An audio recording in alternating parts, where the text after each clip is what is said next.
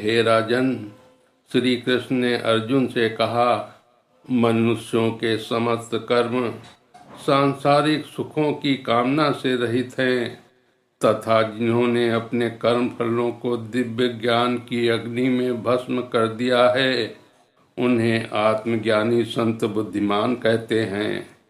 अपने कर्मों के फलों की आसक्ति को त्याग कर ऐसे ज्ञानी जन सदा संतुष्ट रहते हैं और बाह्य विषयों पर निर्भर नहीं होते। कर्मों में संलग्न रहने पर भी वे वास्तव में कोई कर्म नहीं करते। ऐसे ज्ञानी जन फल की आकांक्षाओं और महत्व की भावना से युक्त होकर अपने मन और बुद्धि को संयम रखते हैं और शरीर से कर्म करते हुए भी कोई पाप अर्जित नहीं करते। वे जो अपने आप स्वतः प्राप्त हो जाएं, उसमें संतुष्ट रहते हैं, ईर्ष्या और द्वेष भाव से मुक्त रहते हैं। वे सफलता और असफलता दोनों में संतुलित रहते हैं।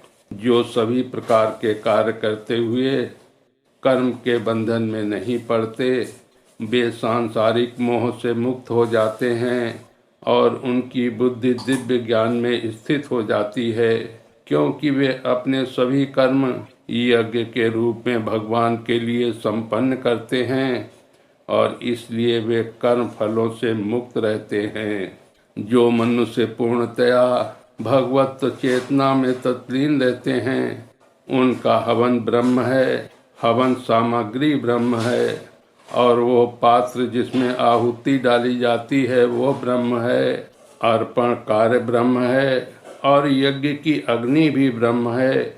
ऐसे मनुष्य जो प्रत्येक वस्तु को भगवान के रूप में देखते हैं, वे सहजता से उसे पा लेते हैं। कुछ योगी सांसारिक पदार्थों की आहुति देते हुए यज्ञ द्वारा देवताओं की पूजा करते हैं। अन्य लोग जो वास्तव में आराधना करते हैं, वे परम सत्य ब्रह्म रूपी अग्नि में आत्माहुति देते हैं। कुछ योगी जन श्रवणादि क्रियाओं और अन्य इंद्रियों को संयम रूपी अग्नि की अग्नि में स्वाहा कर देते हैं और जबकि कुछ अन्य शब्दादि क्रियाओं और इंद्रियों के अन्य विषयों को इंद्रियों की अग्नि रूपी यज्ञ में भेंट चढ़ा देते हैं। दिव्य ज्ञान से प्रेरित होकर कुछ योगी संयमित मन की अग्नि में अपनी समस्त इंद्रियों की क्रियाओं और प्राण शक्ति को भस्म कर देते हैं। कुछ लोग यज्ञ के रूप में अपनी संपत्ति को अर्पित करते हैं। कुछ अन्य लोग यज्ञ के रूप में कठोर तपस्या करते हैं और कुछ लोग यज्ञ के रूप में अष्टांग योग का अभ्यास करते हैं और जबकि अन्य लोग यज्ञ के रूप में वैदिक ग्रंथों का अध्ययन और ज्ञान पोषित करते हैं, जबकि कुछ कठोर प्रतिज्ञाएं करते हैं, जबकि अन्य लोग अंदर भरी जाने वाली श्वास को बाहरी श्वास में रोककर यज्ञ के रूप में अर्पित करते हैं। कुछ प्राणायाम की कठिन क्रियाओं द्वारा भीतरी और बाहरी श्वासों को रोककर प्राणवायु को नियंत्रित कर उसमें पूरी तरह से तत्लीन हो जाते हैं। कुछ योगी जन अल्प भोजन कर श्वासों को यज्ञ के रूप में प्राण शक्ति में अर्पित कर देते हैं। सब प्रकार के यज्ञों को संपन्न करने के परिणाम स्वरूप साधक स्वयं को शुद्ध करते हैं। इन यज्ञों का रहस्य जानने वाले और इनका अनुष्ठान करने वाले इन यज्ञों के अमृत तुल्य अभिष्टांश का आस्वादन कर परम सत्य की ओर बढ़ते हैं। हे कुरुश्रेष्ठ, जो लोग यज्ञ नहीं करते वे न तो इस संसार में और न ही अगले जन्म में सुखी रह सकते हैं। विभिन्न प्रकार के इन सभी यज्ञों का वर्णन वेदों में किया गया है और इन्हें विभिन्न कर्मों की उत्पत्ति का रूप मानो। यह ज्ञान तुम्हें माया के बंधन से मुक्त करेगा। हे शत्रुओं के दमन करता, ज्ञान युक्त होकर किया गया यज्ञ किसी प्रकार के भौतिक या द्रव्य यज्ञ से श्रेष्ठ है। हे पार्थ, अतः सभी यज्ञों की परिणत दिव्य ज्ञान में होती है।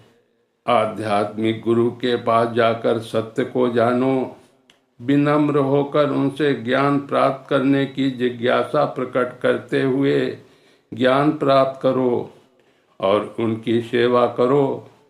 ऐसा सिद्ध संत तुम्हें दिव्य ज्ञान प्रदान कर सकता है, क्योंकि वो परम सत्य की अनुभूति कर चुका होता है।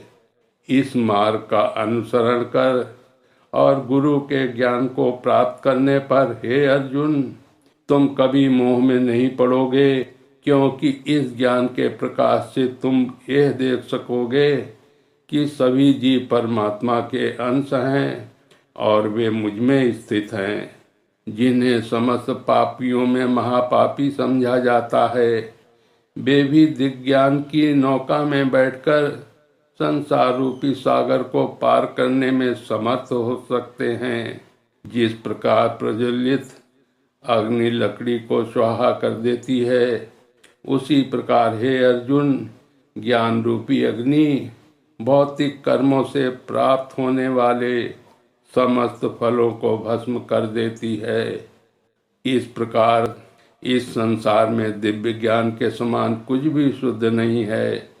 जो मनुष्य योग के अभ्यास द्वारा मन को शुद्ध कर लेता है, वो हृदय में इस ज्ञान को प्राप्त करता है।